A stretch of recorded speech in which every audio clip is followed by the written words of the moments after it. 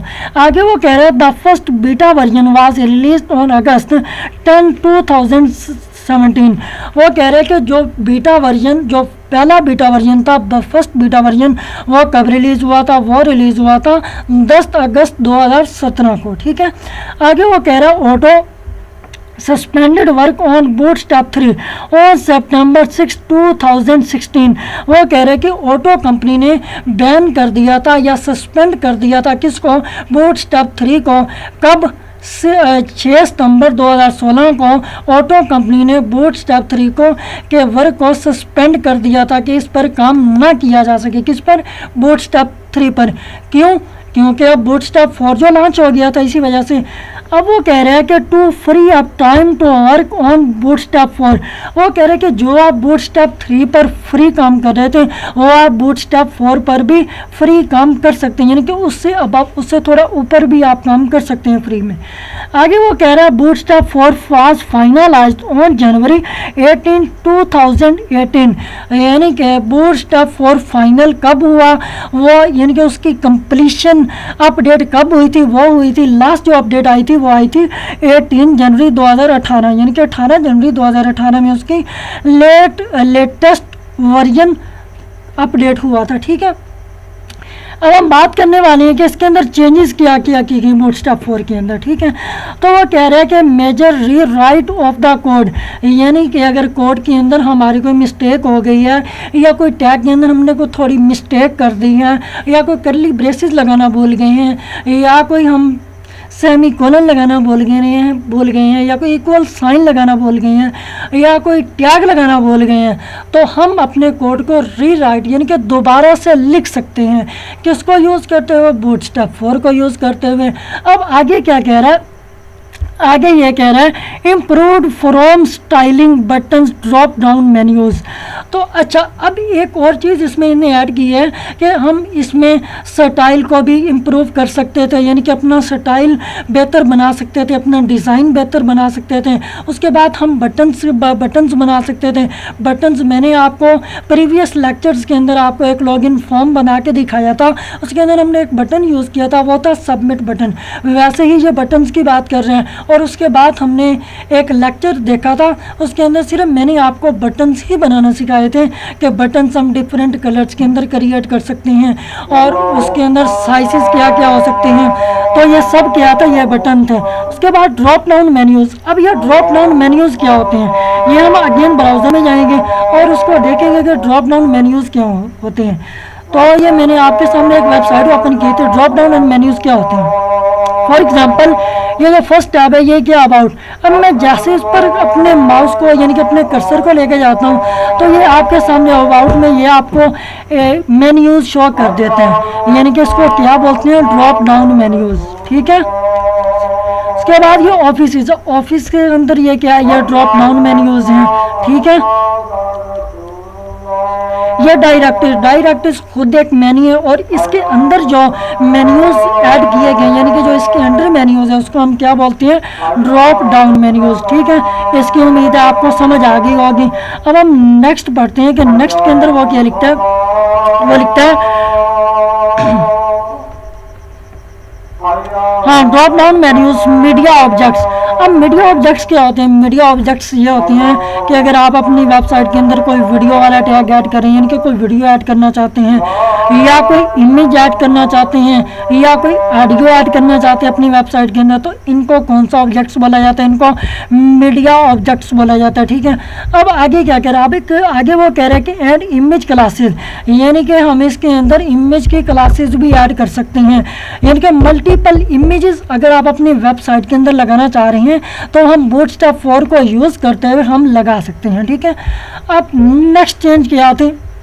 Next change वो कह रहा है huge number of utility classes, यानी कि ह्यूज कहते हैं बहुत ज़्यादा, मल्टीपल नंबर, यानी कि हम मल्टीपल नंबर क्लासेस को हम ऐड कर सकते थे, यूज़ कर सकते थे किसके अंदर, बूटस्ट्रैप 4 के अंदर। किस चीज़ के लिए, अपनी वेबसाइट के अंदर चेंजिंग करने के लिए, उसको डिज़ाइन करने के लिए, ठीक है। अब आगे क्या कह रहा है, आगे वो कह रहे हैं एडिंग नेविगेशन कस्टमाइजेशन ऑप्शंस, यानी कि इसके अंदर हमें ऑप्शन मिलते हैं बाय डिफ़ॉल्ट, आप इन ऑप्शंस को यूज़ करें या ना करें वो आप पर डिपेंड करता है, ठीक है, वो डेवलपर पर डिपेंड करता है वो इन चीज़ों को यूज़ करे या ना करे, ठीक है। नेविगेशन बार मैंने आपको बताई थी कि नेविगेशन बार क्या होता है। और उसके बाद अब हम बढ़ेंगे नेक्स्ट की तरफ। वो कह रहा है Bootstrap 4 supports the latest version of the Google Chrome, Firefox, Internet Explorer, Opera Mini and Safari except on Windows. अब बूटस्ट्रैप 4 जो है ये किन ब्राउज़र्स को सपोर्ट करता है, वो कह रहे हैं कि जो लेटेस्ट वर्जन है किसका, गूगल क्रोम का, फायरफॉक्स का, ये सारे ब्राउज़र हैं जिनको सपोर्ट करता है। कौन सपोर्ट करता है, बूटस्ट्रैप 4। और ये कब यूज़ होंगे, ये तब सपोर्ट करेगा जब हम इन्हीं ब्राउज़र को रन कर रहे होंगे अपनी विंडोज़ के अंदर, लिनक्स के अंदर नहीं, यूनिक्स के अंदर नहीं, मैक ऑपरेटिंग सिस्टम के अंदर नहीं, यानी कि विंडोज़ जब हम ऑपरेटिंग सिस्टम के अंदर हम इन ब्राउज़र को रन करेंगे तब ये बूटस्ट्रैप 4 हमें सपोर्ट करेगा, ठीक है। अब ये अगर हम बूटस्ट्रैप 5 की बात करें तो वो कह रहा है Bootstrap 5 was officially released on May 5, 2021, यानी कि बूटस्ट्रैप 5 कब लॉन्च हुआ था, ये रिलीज़ हुआ था 5 मई 2021 में। इसको बूटस्ट्रैप 4 को अपडेट करके वर्जन लाया गया, कौन सा, बूटस्ट्रैप 5 का। तो आज के लिए इतना ही काफ़ी है। वीडियो के आखिर में मैं आपको कहूँगा कि अगर आप मेरे चैनल पर नए हैं, चैनल को सब्सक्राइब कीजिए, लाइक कीजिए वीडियो को और वीडियो को शेयर कीजिए ताकि आप तक नई वीडियोस, नए लेक्चर्स आने की अपडेट आपको मिलती रहे और आप इससे इस्तेफादा और मुस्तफ़ीद होते रहें, ठीक है। तो आज के लिए इतना ही काफ़ी है। मिलते हैं इंशाल्लाह नेक्स्ट लेक्चर में, तब तक के लिए अल्लाह हाफिज़। Keep learning and keep exploring.